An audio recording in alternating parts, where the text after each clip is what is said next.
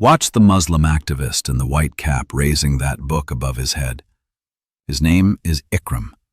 He just stormed into this church with 15 other protesters, ready to destroy what he saw as enemy territory. My name is Ikram. I'm 28 years old, and December 12, 2018 was the day my entire worldview shattered. I had planned to disrupt a Christian gathering that morning, armed with righteous anger and 15 fellow activists. Instead, Jesus himself intercepted my life in the most unexpected way possible. I grew up in a devout Muslim household, where defending our faith against Christian influence was considered sacred duty. My father would gather us children around the dinner table every evening, sharing stories of how our ancestors had protected Islam from foreign invaders throughout history.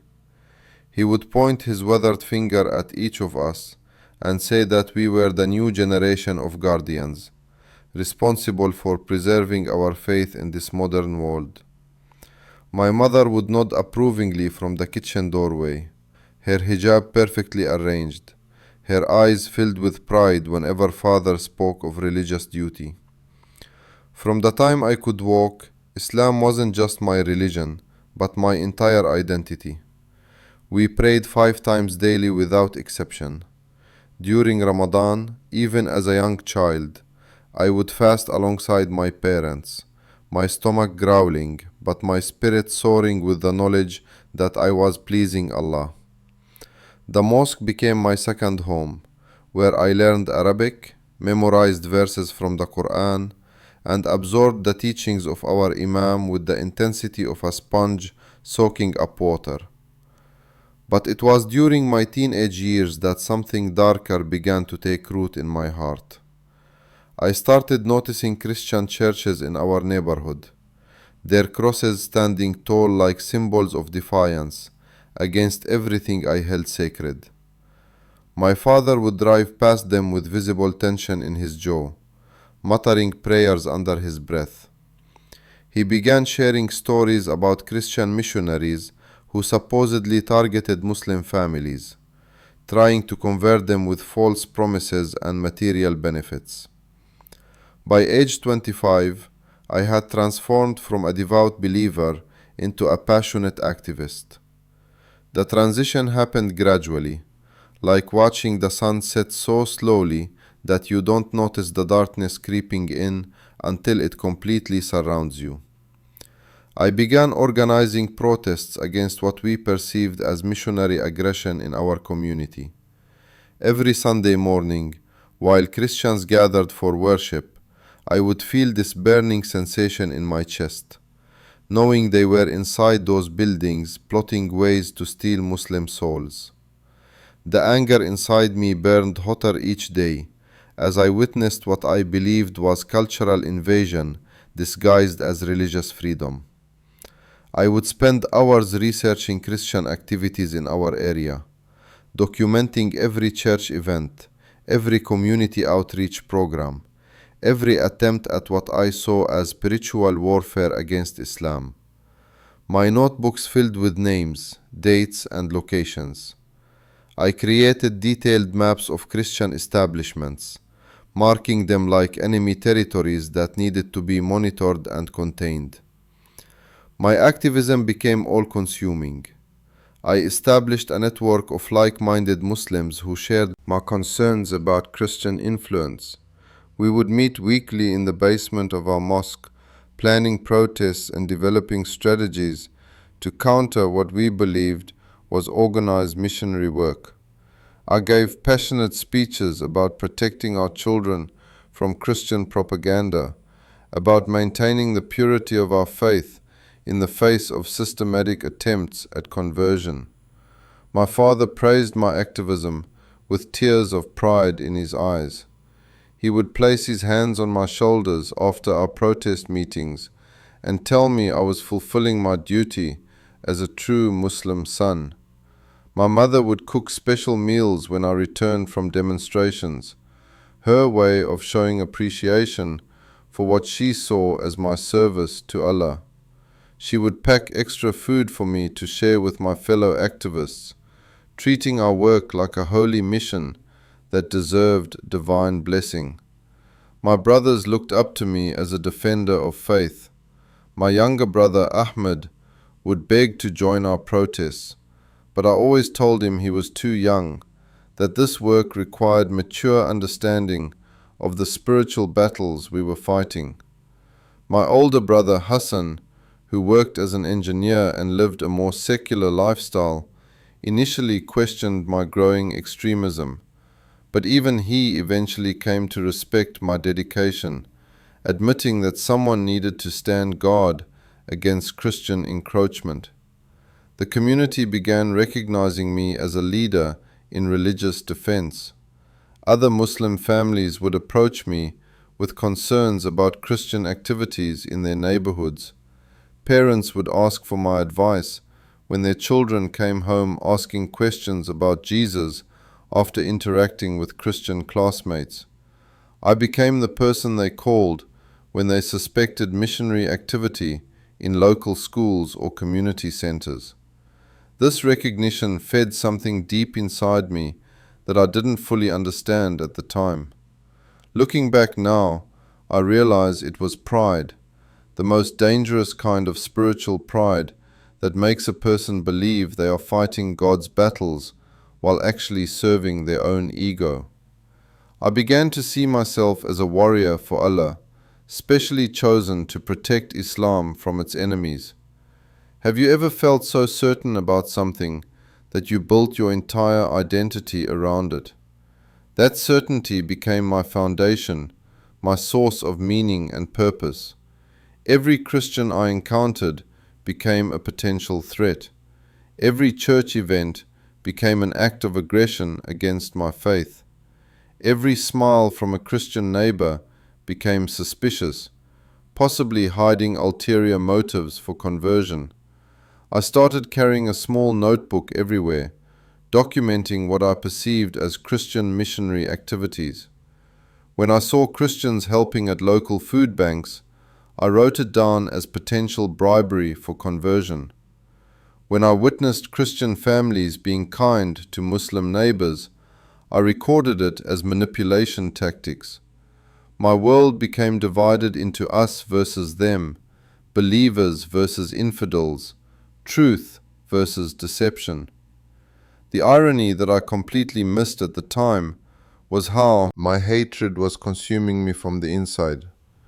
I would lie awake at night, my mind racing with strategies to counter Christian influence. My prayers became filled with requests for Allah to help me defeat the enemies of Islam. I lost weight from the stress of constant vigilance. My relationships suffered because I could only talk about the Christian threat to our community. But I wore this burden proudly, believing that my sacrifice was noble, that my anger was righteous, that my hatred was actually love for Allah, expressed through opposition to His enemies. I had no idea that I was walking directly into the very trap I thought I was fighting against. I had become so focused on external enemies that I couldn't see the spiritual darkness growing within my own heart. That Sunday morning started like any other December day, cold and grey, but my blood was already boiling with righteous fury before I even got out of bed. Our group had received intelligence about a large Christian gathering supposedly targeting Muslim families for conversion. The information came from a reliable source, a Muslim woman whose Christian neighbor had invited her entire family to what they called a community celebration at the local church. To us, this was clearly a disguised missionary operation, designed to lure unsuspecting Muslims into their web of deception. I spent Saturday night preparing our response with the intensity of a military commander planning a crucial battle. We gathered at my apartment, 15 devoted activists who shared my passion for defending Islam against Christian encroachment. I spread maps across my kitchen table, marking the church location, identifying entry and exit points, and planning our approach strategy. We prepared signs with bold Arabic calligraphy, declaring our opposition to missionary work, demanding religious freedom for Muslims and warning against deceptive conversion tactics. The signs we created weren't just protest materials, but weapons of spiritual warfare. One read, "Stop targeting Muslim families," in both Arabic and English. Another declared, "Religious freedom means no forced conversion." My personal favorite, which I had crafted with particular care, proclaimed, "Respect Islam, stop missionary deception." Each word was written with the anger that had been building in my heart for months. Every letter formed with the conviction that we were fighting a holy war against spiritual predators. We practiced our chants until they became second nature, our voices rising in unison like a battle cry. "Stop the lies, respect our faith," echoed through my small apartment as we rehearsed our march into their sanctuary. I personally volunteered to lead the charge into their sanctuary because I felt Allah had chosen me for this moment. My fellow activists looked at me with respect and admiration, recognizing my dedication to our cause. I had earned the right to be first through those church doors. The drive to the church felt like riding into a battle. I sat in the passenger seat of Ahmed's car, my heart pounding with anticipation and holy rage. Behind us, 3 more cars filled with our fellow warriors followed in formation. We had coordinated our arrival time to maximize impact, planning to enter during their main service when the largest number of people would witness our message. I kept checking my watch, counting down the minutes until we would strike a blow against Christian missionary aggression. As we approached the church building, my anger reached a fever pitch. The sight of that cross on the steeple felt like a personal insult to everything I held sacred. Christian families were walking up the front steps, carrying their children, smiling and laughing, as if they had no idea they were participating in spiritual warfare against Islam. Their casual happiness infuriated me, because I knew the dark truth behind their friendly facade. 15 of us burst through those church doors like warriors on a holy mission, our voices raised in righteous protest against their missionary activities. The wooden doors swung open with tremendous force as we poured into their sanctuary, our signs held high, our chants echoing off the vaulted ceiling. I led the charge, my voice the loudest among the protesters, my sign the highest above the crowd. This was my moment to defend Islam against its enemies. The scene inside the church was exactly what I had expected, yet somehow completely different from what I had prepared for. Approximately 30 Christian worshippers were seated in wooden pews, but their response to our invasion was nothing like what we had anticipated. Instead of fear or anger, they just looked at us with these peaceful expressions that seemed completely inappropriate for the situation. Some were even smiling, which infuriated me beyond measure, because it seemed to mock the seriousness of our message. We continued shouting our demands for them to stop their missionary work targeting Muslim families, but their calm demeanor was unnerving. I had expected them to argue back, to defend their actions, to show some kind of emotion that would validate our righteous anger. Instead, they sat quietly, some with their hands folded in prayer, others simply watching us with what appeared to be genuine compassion. Their peaceful response felt like a form of psychological warfare, designed to make us look like the aggressors. The pastor, an older man with graying hair and kind eyes, slowly rose from behind the pulpit.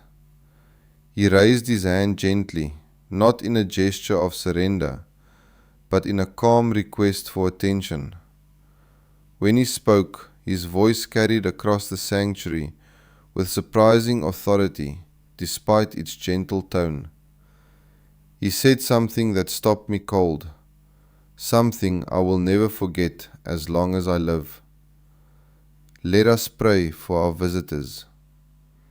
When the pastor said those words, something inside me snapped with unprecedented rage. The audacity of this man, this representative of Christianity, presuming to pray for us, while his religion was actively working to destroy Islamic families in our community. The condescending nature of calling us visitors when we were there as protesters, as defenders of our faith, as warriors against spiritual imperialism. His calm demeanor in the face of our righteous anger felt like the ultimate insult.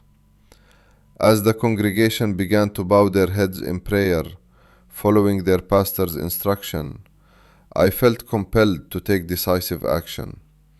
I couldn't allow them to pray for us as if we were lost souls in need of their salvation.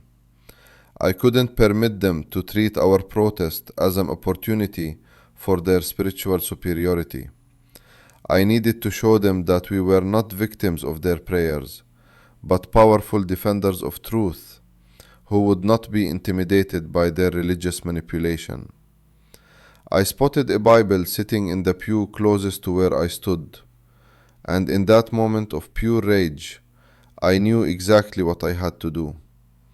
This was my opportunity to make the ultimate statement against their missionary aggression. I would grab their holy book and demonstrate our complete rejection of their attempts to convert Muslim families. I would show them that Islam was not afraid of Christianity, that we would not be prayed over like lost sheep needing salvation. I reached for that Bible with every ounce of fury that had been building inside me for years. My hand shot out toward the leather-bound book, sitting innocently in the wooden pew, and I snatched it up with the aggression of a warrior, claiming a trophy from fallen enemies. The weight of it felt heavier than I expected, solid and substantial in my grip, but that only fueled my determination to make the ultimate statement against their missionary efforts. I raised that book high above my head with both hands, my arms stretched toward the ceiling, like I was presenting evidence of their spiritual crimes to Allah Himself. The congregation could see exactly what I intended to do, and I wanted them to witness this act of defiance, this rejection of everything they represented. In my mind, throwing their holy book to the ground would be the perfect symbol of Islamic resistance against Christian aggression. But the moment my hands made full contact with that Bible, something extraordinary and terrifying began to happen. My hands started trembling, not from the adrenaline of protest or the weight of the book, but from some kind of power that seemed to flow through the leather cover into my palms. The trembling was subtle at first, barely noticeable, like the vibration you feel when standing too close to heavy machinery. Within seconds, the trembling intensified into violent shaking that I could not control, no matter how hard I tried to steady my grip. My fingers felt like they were being electrified, not with pain, but with an overwhelming force that seemed to pour through every nerve ending in my hands. I had never experienced anything like this in my entire life, and it terrified me because I knew this was not natural, not normal, not anything that could be explained by medical science or physical laws. The shaking spread from my hands up through my arms like wildfire consuming dry grass. My shoulders began convulsing uncontrollably. My entire upper body caught in spasms that grew more intense with each passing second. I tried desperately to maintain my grip on the Bible, determined not to let this strange physical response undermine my act of protest, but my body was betraying me in ways I could not understand or prevent. My fellow protesters were staring at me with growing alarm, their chants dying on their lips as they witnessed something they had never seen before. Ahmed called my name from somewhere behind me, his voice filled with concern and confusion. Other activists began whispering among themselves in Arabic, asking what was wrong with me, whether I was having some kind of medical emergency. But this was not a medical emergency, and somewhere deep inside my soul, I knew it even though my rational mind refused to accept what was happening. The power flowing through that Bible was not electricity or any physical force that science could measure. It was something spiritual, something divine, something that was reaching directly into the core of my being and shaking everything I thought I knew about reality. The book began to slip from my violently trembling hands, despite my desperate attempts to maintain my grip. My fingers, which had been strong enough to carry protest signs for hours, suddenly felt weak and useless against this overwhelming force. The leather cover became slippery with the sweat that was now pouring from my palms, and I could feel my planned act of defiance slipping away, along with my ability to control my own body. When the Bible finally fell from my grasp, it seemed to drop in slow motion, tumbling through the air before hitting the carpeted floor of the church aisle with a soft thud that echoed through the suddenly silent sanctuary. The sound of that book hitting the ground was like a bell tolling, marking the moment when my old life ended and something entirely new began, though I did not understand this at the time. But losing my grip on the Bible did not stop what was happening to my body. If anything, the shaking became more intense, spreading from my arms down through my torso and into my legs. My knees began to buckle under the force of whatever power had taken hold of me, and I felt my legs giving way beneath my weight. I was a strong man, capable of standing for hours during protests, but suddenly I could not support my own body. My legs collapsed completely, and I found myself falling to my knees in that church aisle, right there in front of 30 Christian strangers and 15 of my fellow Muslim activists. The impact of hitting the carpeted floor should have been painful, but I felt nothing except this overwhelming force that continued to course through every fiber of my being. My body was no longer under my own control. As I knelt there on that church floor, unable to stand or stop the violent trembling that had consumed me, tears began streaming down my face. These were not tears of frustration or embarrassment at my physical collapse. These were tears that seemed to come from some place deeper than emotion, flowing from a source within me that I had never accessed before. They poured down my cheeks like a river that had suddenly burst through a dam. The tears were hot against my skin, and they came with such force that I could not wipe them away fast enough. My face became soaked, and still they continued to flow, as if years of accumulated anger and hatred were being washed out of me through my eyes. I had not cried since childhood, had trained myself to view tears as weakness, but now I was sobbing uncontrollably in front of everyone. My fellow protesters stepped back from me in shock and confusion, some calling my name, others just staring in bewilderment at what was happening to their leader. I could hear their voices as if from a great distance, but I could not respond, could not explain what was occurring, because I had no understanding of it myself. All I knew was that some force beyond my comprehension had taken complete control of my body and was doing something to me that defied all logic and explanation. Have you ever experienced a moment when everything you thought you knew about reality suddenly shifted beneath your feet like an earthquake? That is what was happening to me in that church aisle, kneeling on carpet that my knees had never touched before, in a building I had entered as an enemy, but was now discovering held power beyond anything I had ever encountered in all my years of devoted Islamic practice. As I knelt there on that church floor, my body still trembling and tears streaming down my face, something even more extraordinary began to happen.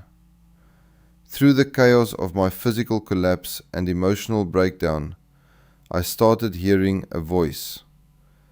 This was not an audible voice that others in the sanctuary could hear, not words spoken aloud that my fellow protesters or the Christian congregation could detect. This voice came from somewhere beyond the physical realm, speaking directly to the deepest part of my soul, with clarity that surpassed any human communication I had ever experienced. The voice did not boom like thunder or whisper like wind. Instead, it communicated with me in a way that transcended normal hearing, bypassing my ears entirely and resonating in the very core of my being. Every word, though not spoken in any earthly language, was perfectly understood by my heart. The message came through with such crystal clarity that I knew beyond any doubt that I was not imagining this experience, was not suffering from some kind of mental breakdown or hallucination. What shocked me most about this voice was not its supernatural nature, but its content. I had expected condemnation, judgment, anger at my intrusion into this sacred space with hateful intentions. I had braced myself for divine wrath, for Allah's displeasure at my presence in an infidel sanctuary, for punishment for touching their holy book. But instead of condemnation, what I heard was the most pure, unconditional love that had ever touched my existence. This love was unlike anything I had experienced in my 28 years of life. It was not the conditional love of family that depended on my good behavior and religious devotion. It was not the approval of fellow activists that required me to maintain my hatred for Christians. It was not even the love I thought I felt from Allah, which I had always believed was contingent on my perfect obedience to Islamic law. This love was complete, total, unconditional, and directed specifically at me, despite everything I had done wrong. The voice spoke to me about my pain, about the anger that had consumed my heart, about the hatred I had nurtured like a poisonous garden. But instead of condemning these feelings, the voice expressed understanding and compassion for the wounded places in my soul that had given birth to such darkness. It was as if this divine presence could see every moment of hurt, every experience of rejection, every fear that had shaped me into the angry young man kneeling on that church floor. Through this supernatural communication, I began to understand that my rage against Christians had never really been about protecting Islam. My fury had grown from deeper wounds, from feeling powerless in a world that seemed hostile to everything I held dear, from fear that maybe my faith was not as strong as I pretended, from uncertainty about my own identity and worth that I had masked with religious extremism. The voice gently revealed truths about my heart that I had hidden even from myself. It showed me how my activism had become a form of spiritual pride, how my protests had fed my ego rather than serving Allah, how my hatred had actually separated me from the very God I claimed to be defending. This revelation was devastating and liberating at the same time, like having infected wounds cleaned with antiseptic that burns but ultimately heals. As this divine love continued to pour through me, I felt something breaking open in my chest, as if invisible chains that had bound my heart for years were suddenly snapping under the weight of this supernatural grace. The anger that had been my constant companion, the hatred that had defined my identity, the fear that had driven my extremism, all began dissolving under the influence of this overwhelming love. But what shocked me most was the realization of who this voice belonged to. Though no name was spoken, though no identification was given, somehow I knew with absolute certainty that I was encountering Jesus Christ himself. This knowledge came not through rational thought, but through spiritual recognition, the way a child recognizes their parent's voice, even in a crowded room. Jesus, the figure I had been taught to honor as a prophet, but never to worship as divine, was speaking directly to my heart. This recognition should have terrified me, because everything in my Islamic upbringing told me this was impossible, blasphemous, a demonic deception designed to lead me away from the straight path of Islam. But instead of fear, I felt an inexplicable peace that seemed to fill every cell of my body. This peace was not the absence of conflict, but the presence of something infinitely greater than any human conflict or religious dispute. The pastor of the church, who I had barely noticed during my dramatic collapse, approached me quietly and knelt beside me on the carpet. I felt him place a gentle hand on my shoulder, not speaking, not trying to take advantage of my vulnerable state, simply offering human comfort during what was clearly a profound spiritual crisis. His touch was warm and reassuring, carrying no judgment for the fact that I had entered his church as an enemy. Looking back now, I realized that this pastor was demonstrating the very love that Jesus was speaking to my heart. Here was a man whose worship service I had violently disrupted, whose congregation I had threatened and intimidated, whose faith I had openly attacked. Yet he was treating me with the kind of compassion that I had never shown to any Christian in my entire life.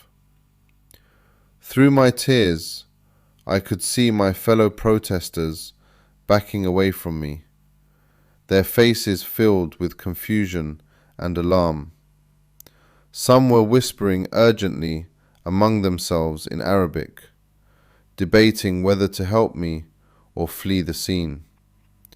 Others were staring at me as if I had suddenly become a stranger, no longer the confident leader they had followed into battle against Christianity, but a broken man crying on the floor of the enemy's sanctuary. But in that moment, surrounded by Christian strangers and abandoned by Muslim allies, I felt more connected to truth than I had ever felt in any mosque, during any prayer, or in any moment of religious devotion throughout my entire Islamic life. The presence of Jesus was more real to me than the carpet beneath my knees, more tangible than the tears on my face, more certain than my own heartbeat. Have you ever had an experience that completely overturned everything you thought you knew about reality? That moment of recognition when Jesus revealed himself to me in that church aisle shattered every theological framework I had built my life upon, while simultaneously filling me with a peace that surpassed all understanding. Eventually, I composed myself enough to leave that church with my group, though getting to my feet felt like learning to walk again after a severe injury. My legs were weak and unsteady. My hand still trembled slightly, and my face remained wet with tears that had only recently stopped flowing. The other activists helped me to the parking lot, their faces filled with concern and bewilderment at what they had witnessed. During the entire drive home, nobody spoke about what had happened to me in that sanctuary, but something fundamental had permanently changed inside me, something that I could not ignore or explain away no matter how hard I tried. The encounter with that supernatural presence had left an indelible mark on my soul, like a spiritual fingerprint that would not fade with time or distance. Every moment of my normal life now felt different, filtered through the memory of that overwhelming love and peace I had experienced while kneeling on that church floor. For weeks following the incident, I could not sleep properly, lying awake night after night, replaying every detail of what had occurred in that sanctuary.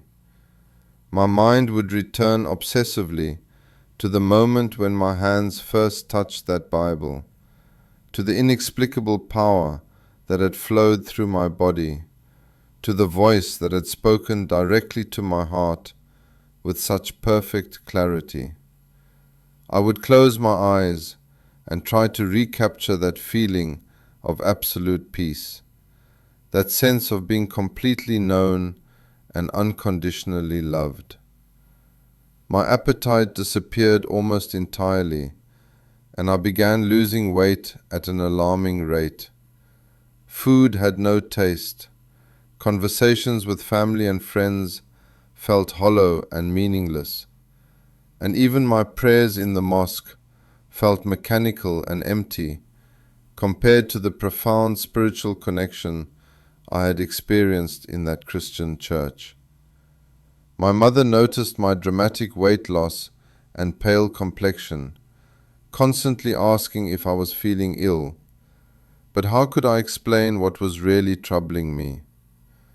The secret investigation I began into Christianity started small, with late-night internet searches on my laptop when everyone else in the house was asleep. I would delete my browsing history immediately after each session, terrified that someone might discover my growing curiosity about Jesus and his teachings. I read articles about Christian beliefs, watched videos of testimonies, and studied comparisons between Islamic and Christian theology with the intensity of a scholar preparing for the most important examination of his life. Every piece of information I discovered about Jesus seemed to resonate with something deep inside me, as if I was finally hearing truth that my soul had been searching for without my conscious awareness. The Christian concept of grace, of unmerited divine love, explained the overwhelming acceptance I had felt during my breakdown in that church. The idea that God would become human to personally experience our suffering and offer forgiveness made sense of the compassionate voice that had spoken to my heart. 3 weeks after the incident, I found myself standing outside that same church again, but this time I was completely alone. I had told no one about my plans, had not informed any of my activist friends or family members about my intention to return to the scene of my spiritual crisis. My heart was pounding as I approached the building, not with anger this time, but with desperate hope that I might somehow recapture that experience of divine presence. The pastor was in his office when I knocked hesitantly on the door, and he recognized me immediately despite my dramatic weight loss and obviously troubled appearance. Instead of suspicion or weariness, His face lit up with genuine joy at seeing me again, as if he had been hoping and praying for exactly this moment. He invited me into his office with the same gentle kindness he had shown while kneeling beside me on the church floor. We talked for hours that first afternoon, and he demonstrated a patience and understanding that defied everything I had believed about Christian attitudes toward Muslims. He never pressured me to convert, never attacked my Islamic beliefs, never used my vulnerable state to advance some missionary agenda. Instead, he simply answered my questions about Jesus with the same love and compassion that I had felt during my supernatural encounter. When my family discovered my secret visits to the church, the explosion of anger and grief was unlike anything our household had ever experienced. My father's rage was biblical in its intensity, his voice shaking the walls of our home as he demanded to know how his son could betray Islam so completely. He called me a traitor, an apostate, a disgrace to our family name and our religious heritage. His words cut deeper than any physical wound because I knew they came from genuine pain and fear for my eternal soul. My father's decision to disown me was delivered with formal ceremony, as if he was conducting a funeral for his son who had died. He gathered our extended family and announced that I was no longer welcome in his home, no longer considered his child, no longer part of our Islamic family structure. The man who had once praised my activism now spoke of me as if I were already dead, buried by my own choices in spiritual rebellion against Allah. My mother's response was even more heartbreaking because it was rooted in pure maternal love rather than religious anger. She wept for days after discovering my interest in Christianity, her tears flowing like rivers of grief for what she perceived as the loss of her son's salvation. She would approach me quietly when father was not around, begging me to reconsider, pleading with me to return to Islam before it was too late for forgiveness. My brothers reacted with a mixture of anger, disappointment, and confusion that reflected the complex emotions tearing our family apart. Hassan, my older brother, tried to reason with me intellectually, presenting carefully researched arguments about why Christianity was a corrupted religion and why Islam remained the final and perfect revelation from God. Ahmed, my younger brother, simply stared at me with hurt and betrayal, as if I had personally abandoned him rather than merely changing my religious beliefs. The community rejection that followed was swift and comprehensive, cutting me off from every social connection that had defined my adult life.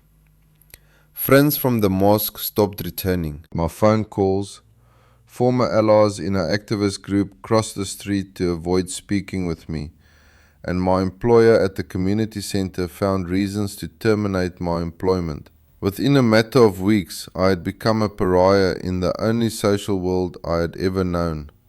Have you ever experienced complete social isolation? The feeling that everyone you once trusted now considers you a traitor?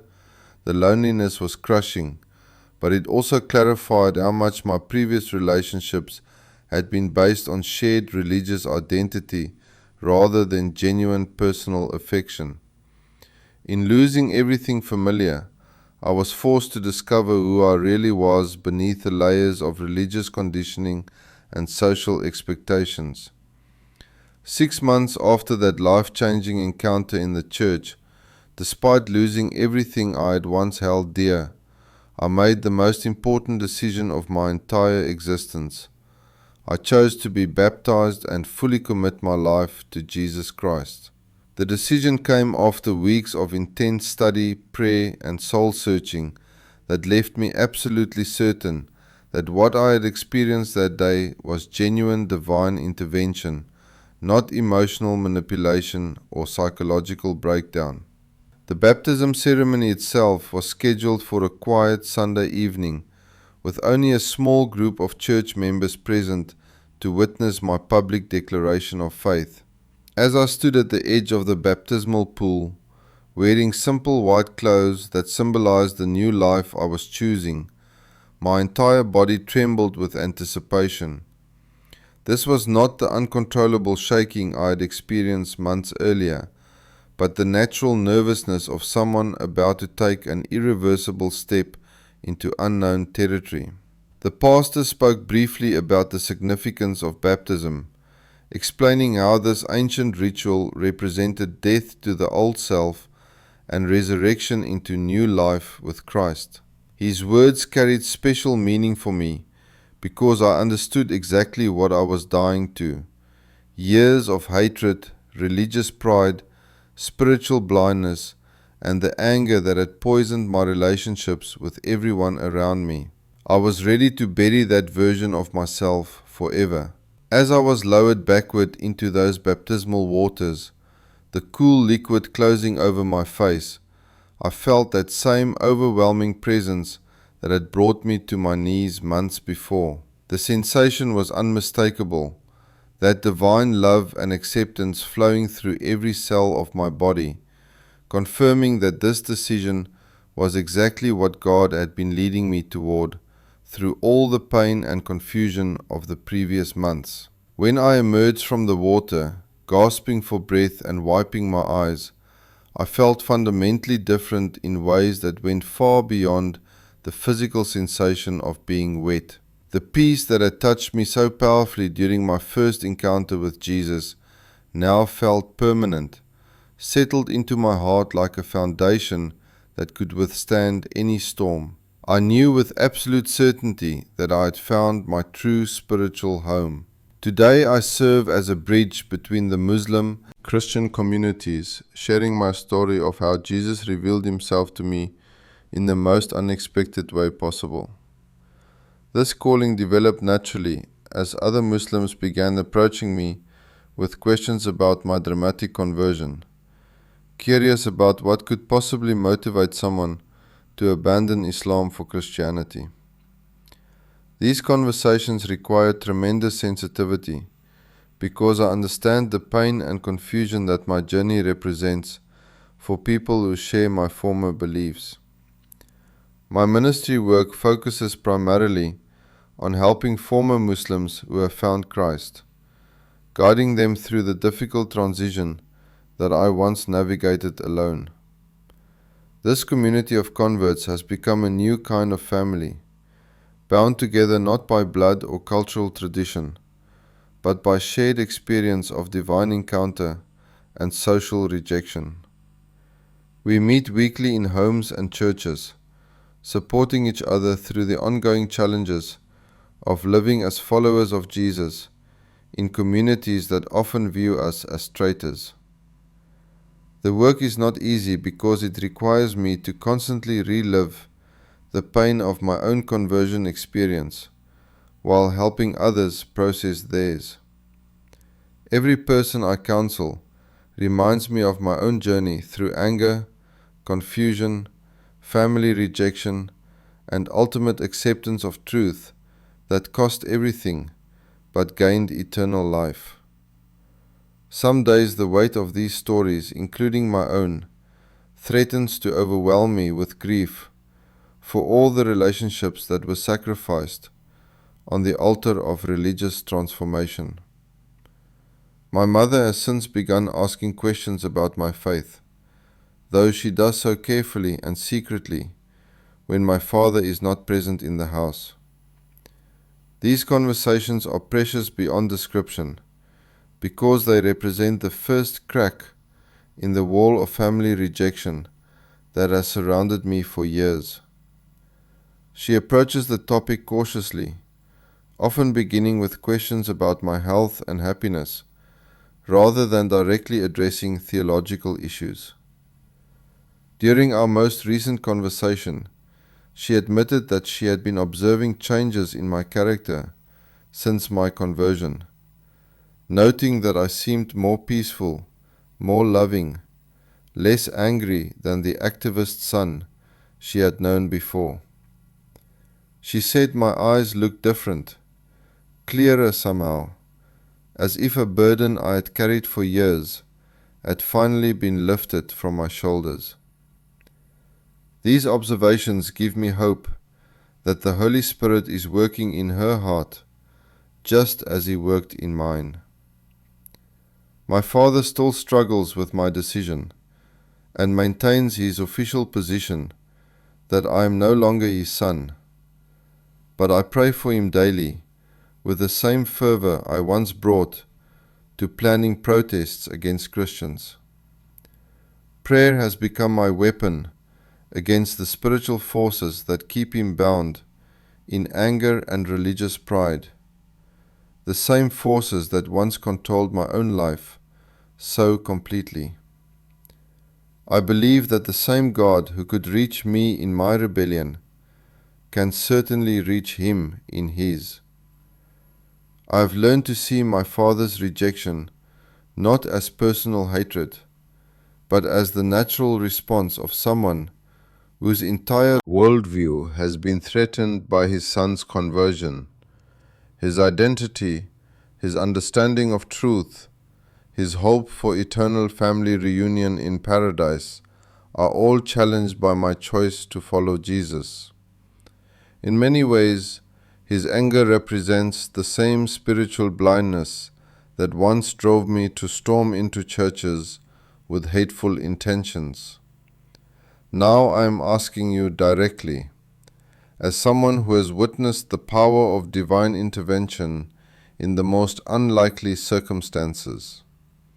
Have you ever experienced something that shook you to your very core, something that could not be explained by logic, coincidence, or natural causes? Have you encountered moments when the supernatural broke through the ordinary fabric of your life and revealed truth that your mind could not process, but your soul immediately recognized? Look inside your own heart right now and ask yourself honestly whether you have been running from spiritual truth because accepting it would cost too much in terms of relationships, reputation, or comfortable certainty. I am here to tell you that whatever you might lose by following Jesus, what you gain is worth infinitely more than anything you sacrifice. The peace, the love, the purpose, the eternal hope that comes from knowing Christ personally cannot be measured against temporary earthly losses. If my story has touched your heart today, if something deep inside you is responding to the truth I have shared, I invite you to pray with me right now and ask Jesus to reveal himself to you, just as he revealed himself to me on that December morning when I entered a church as an enemy but left as a beloved child of God.